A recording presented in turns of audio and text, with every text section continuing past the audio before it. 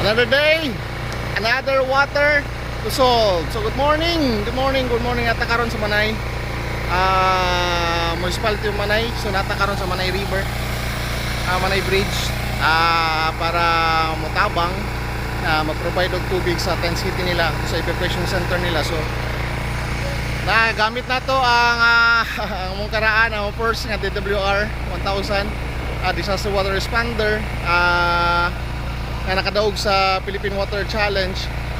So nata dire para kay kulang mo tubig na di ang makasagaran na dito sa tent city, mga kwan lang filtration system di nila kaya ning sapa. So ato DWR 1000 kaya man siya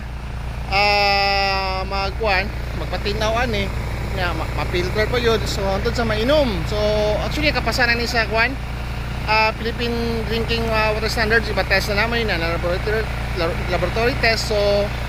So mo ni karon maghatag ng tubig dito, may biyo niyang hapon. So daghang salamat kayo sa PDRMO The Oriental, lalo na kay Sir Jason, kay ilaman ng unit na mo gi-deliver, o kay Mayor John Marco de Anghira, o sa mga opisyalis dili sa Municipality of Manay.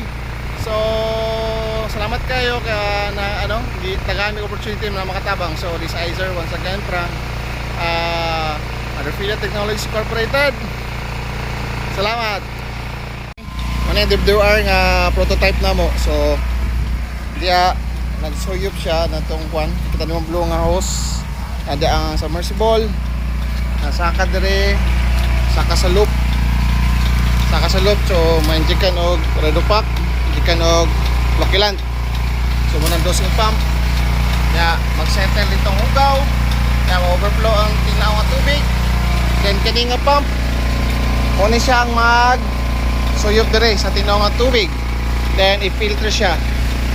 So pag filter, so gilistahan na mo generator mo na ang kwan filter, then activated cover filter na siya, then mo na siya nag-supply na sa kwan sa tanker, ay deliver na dito sa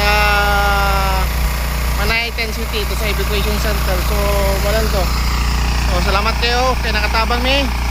So ang sunod na kwan na nanay sakyanan. So ano man to design, gi-propose sila. So salamat kayo.